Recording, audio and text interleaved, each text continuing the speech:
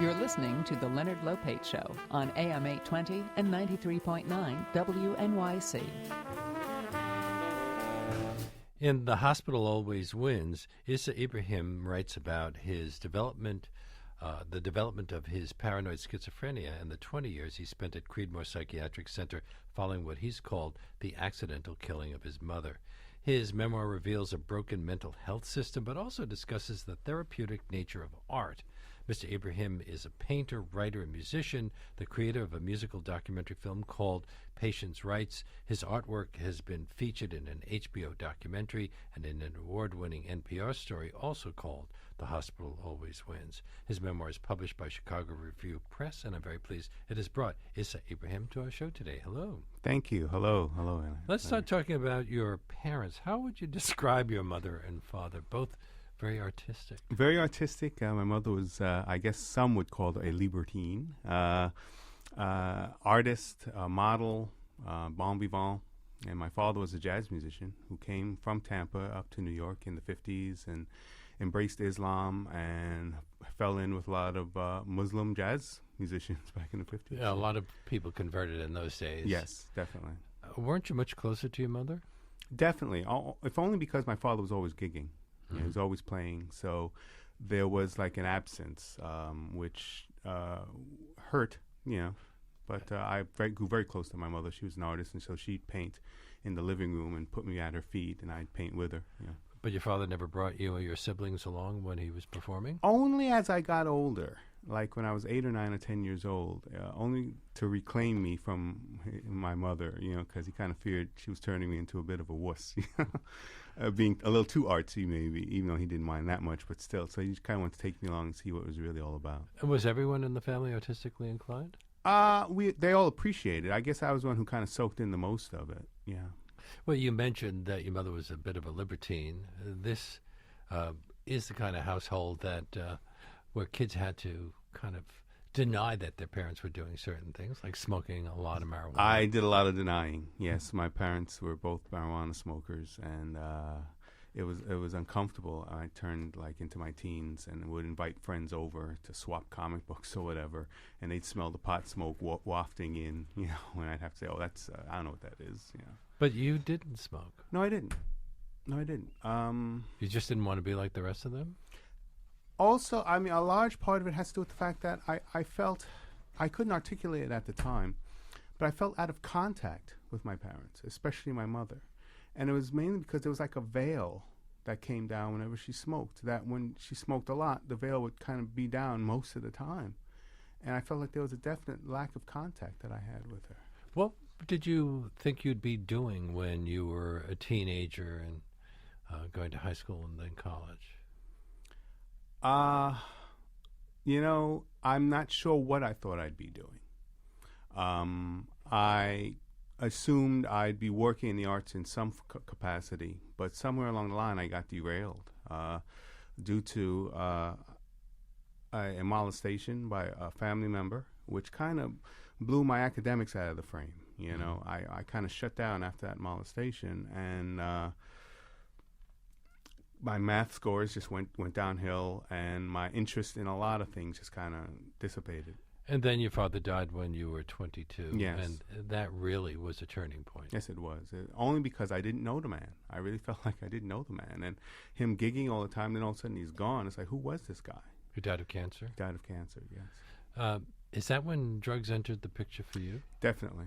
The same night. You self-medicated? Exactly. The same night that he died, my brother and a family friend said, hey, smoke this, you'll feel better. Because they saw it was really affecting me in a very bad way. And it just definitely was something that I realized I needed to not feel that grief. Were your siblings and mother surprised when you started smoking after you had abstained for so long? It was looked at almost like an achievement. You know, Issa's smoking now. You know, He's joining us. He's joining us, yeah. And I felt embarrassed in a strange way. I just felt like it wasn't what I should be doing, but I couldn't help it after a while. It became an addiction. When did you first start hearing voices and having paranoid thoughts? 9 months prior to my mother's passing, I started to feel very, very delusional, paranoid, strange feelings. It's just I kind of detail it in Hospital Always Wins that you kind of know when you lose your mind. But there had been no clue, no indication of this before? Prior to that, no. And only in the last weekend prior to my mom's death did I finally hear voices and have the auditory hallucinations. Did you tell your mother about these episodes? Initially, I did, and her response was to rub healing oil on my head and give me cures and various antidotes that she got from a herb store in Brooklyn. Can you describe what happens when you're having a psychotic episode of that sort? It's usually intense paranoia, ideas of reference, where everything that everyone is saying, everything you're listening to on the radio and watching on television is centered around you, and usually in some deleterious way, some negative way. And in my case, it points to usually some messianic indications.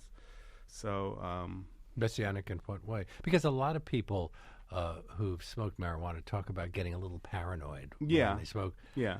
Well, they're usually afraid that the cops are coming. It's pretty well, with me, it's the cops are coming and they're coming to take your brain out, kind of something like that. It's always magnified and taken to the nth degree. And eventually, in the last weekend prior to my mom's death, it dealt with thinking I was Jesus. And seeing as I was born Issa, which is Arabic for Jesus, I just kind of took that word to the nth degree. So, do you believe that your mental illness was directly linked to smoking marijuana? Was that the trigger? Or do you think it would have happened anyway? That's a good question that I don't know if I'll ever have the definitive answer to. I did get sick at the age of onset for mental illness. I did have familial grief. I did have a lot of the early 20s. Early 20s, typical. yeah. But I know certainly, or I certainly feel that smoking at that time precipitated a great deal of the problems. My guest is Issa Ibrahim. His book, The Hospital Always Wins. Can you, what set off that episode the day that you killed your mother? It had been building for 9 months, and I was smoking continuously up to that point.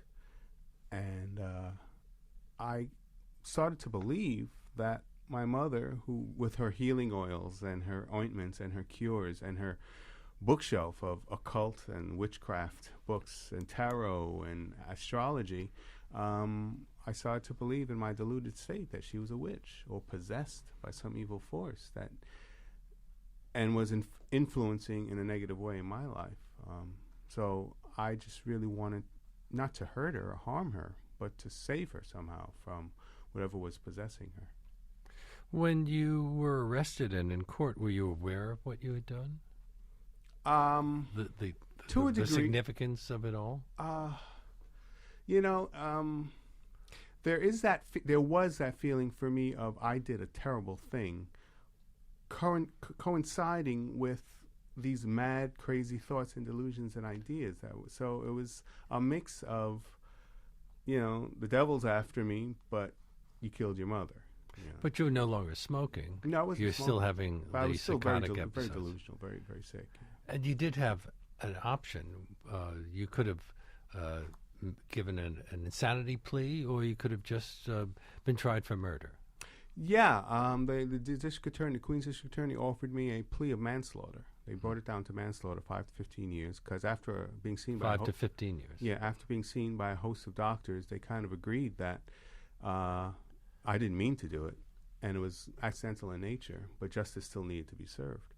And the alternative was to take the insanity plea. And I wanted to know what happened to me. I really wanted to know what happened to me so it would never happen again. The insanity plea would have meant a longer sentence. I didn't know that at the time, and a lot of people, I didn't know very much about the insanity plea, quite honestly. I researched it a little bit when I was in Rikers Island at the law library, but it wasn't the sentence. I wasn't thinking about that. I kind of really just wanted to know what the hell was that, and how can I prevent this from ever happening to me again? Well, you probably thought you'd be treated for mental illness. Exactly, and unfortunately, there are things involved in the mental health system that are sometimes worse than prison. So that brings us to Creedmoor. Yeah. What was your first impression when you arrived? Well, it was interesting because my mother and I used to take drives on Sunday. And when I was a small kid, she'd drive down the Grand Central Parkway and point out the building and say, "You see that building over there? That's where they keep all the crazy people." You know, and I thought to myself, well, that's someplace I don't want to be. And then to 20 years later, be driven to that place. And the first doctor I saw, leafing through my chart, just kind of stopped and said, "You're pathetic. You're pathetic." Oh, that's a great thing to say to someone. That was my initiation into Creedmoor. Well, Rikers these days is also a place where they treat mental illness. In fact, all of our prisons these days are mental health facilities of some sort. What was How long were you at Rikers before you were sent to Creedmoor?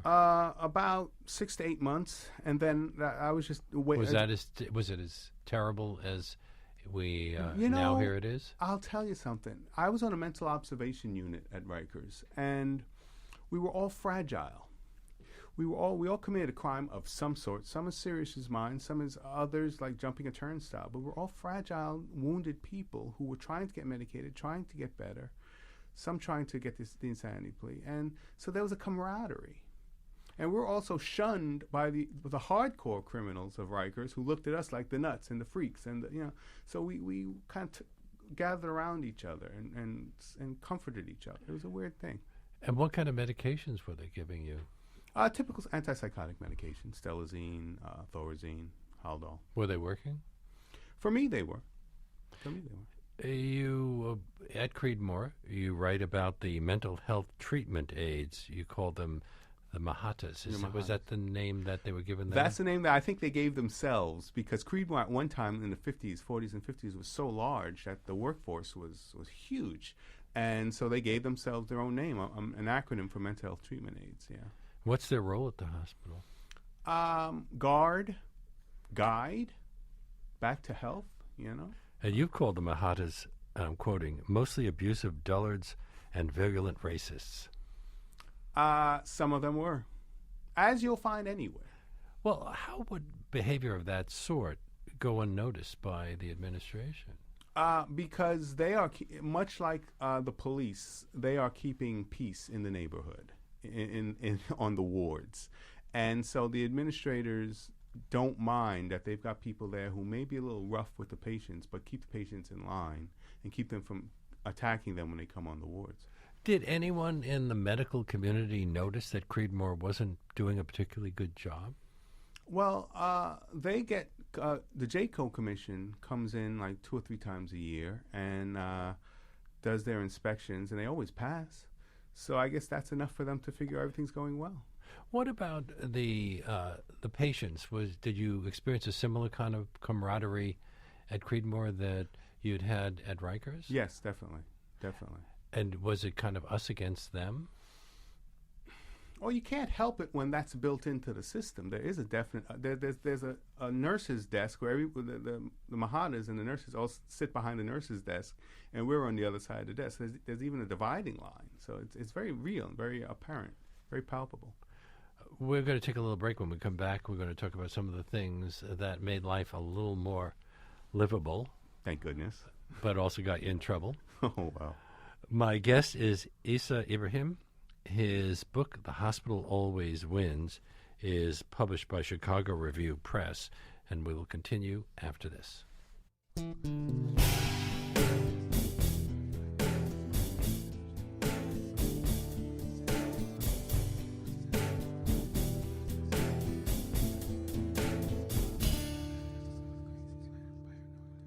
I'm paranoid, and I don't know why. Feels like someone's staring at me through my own eyes. When I look in the mirror, I can't linger too long because I'm paranoid. Whoa, stop whispering. We are back with Issa Ibrahim. His book, The Hospital Always Wins, is published by Chicago Review Press.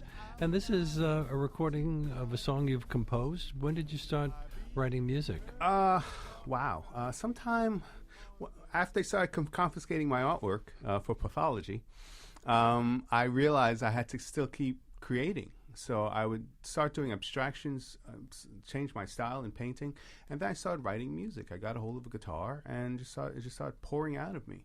My father's influence, it's not quite jazz, but it's more like pop music. But I just started writing, and then I got a hold of a recorder and started layering the tracks and creating a one-man band thing, and now it's kind of out of control. And is that something you the lyrics reveal a rather difficult living situation? Is that something you still have to contend with? No. Thank goodness I'm medicated and very well. I'm on Haldol Decanoate, which is a monthly shot, and it works like a charm to the point where my thinking is very clear. I'm very prodigious, I'm very prolific, and I don't have to worry about anything outside of just the medication not working one day, which I hope it never does. But no, I seem to be, I don't want to say cured, but any residual paranoia or delusions are abated completely.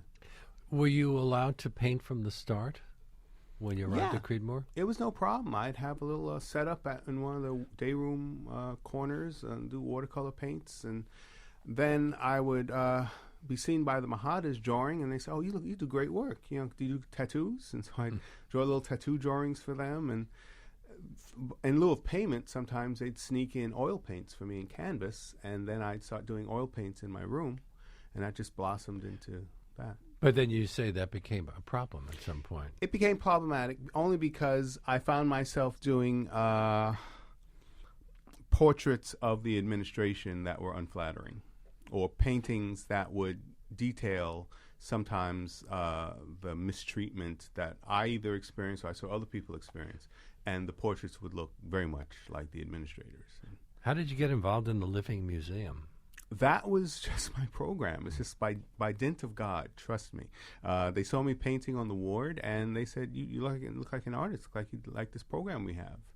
And it was bittersweet to be locked up possibly for the rest of your life, indefinitely, but have a program that you can go to every day and paint and be around other people who are other artists. And it was just a wonderful community. Did art help you cope with life differently before and then after you came to Creedmoor? I didn't value it. Because artists do feel they get itchy if they haven't done any work for a while. Yeah, that's true. That is true. I didn't really value the arts until I got sick and got into this very untenable situation. I lost my way, you know. I was going to an art school and wasn't motivated, and just kind of I didn't value it too much until I got sick and got into that situation. And then all of a sudden I had something to paint about, something to write about, something to create that would reflect really what I was going through. A lot of your paintings include depictions of popular images, superheroes, and political figures. Are the comic book characters the heroes of your childhood? Definitely. I kind of look at comic book characters as like the modern Greek mythology. So they're stand-ins for the things that Apollo stood for, and Hercules stood for, and Zeus stood for. And they're also... they allow you to make social commentary? Which I do, definitely. And also a lot of personal commentary. I'm very much Superman in a lot of these paintings that I do. So, which grows out of some of the problems. Certainly. Certainly. Thinking you're Superman could be a little delusional. But you write that your relationships with staff members that turned sexual weren't secret, and that became a problem. Well, yeah, I mean, it's illegal, and so were you culpable, or were they more culpable? Well, that's the question. It depends on who you talk to. I mean, there are people who would say, you know, in a vulnerable situation as a mental patient, it's their responsibility and to be professional. However, I assume responsibility. You know, I assume responsibility. Well, you had a relationship with your social worker that got you in a lot of trouble. Yeah, and the nurse, yeah. Both older than you? A little bit old. Yeah, the social worker was much older. She was about 35, 36 years older than I was. And was that typical? I mean, was it just because you're such a fabulous guy? No, actually, I discovered when I got into this relationship with her that all of a sudden I could see, and I was being told by her and other people, of other relationships going on amongst staff and occasionally amongst staff and patient. So it wasn't as unusual as you would think. And your social worker took you out on trips outside of the hospital. Yes, she did. That must have felt kind of liberating. It felt wonderful. I describe it in The Hospital Always Wins as like a dog with his head out the window.